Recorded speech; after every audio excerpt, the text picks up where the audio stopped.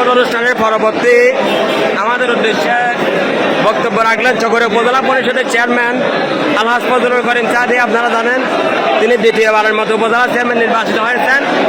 এইমাত্র উনি শপথ গ্রহণ করে চট্টগ্রাম বিটিআই অনুষ্ঠান শেষে তিনি এইমাত্র নামলেন। নামার পরে আমাদের উদ্দেশ্যে বক্তব্য রাখলেন আমাদের দ্বিতীয়বার নির্বাচিত উপজেলা চেয়ারম্যান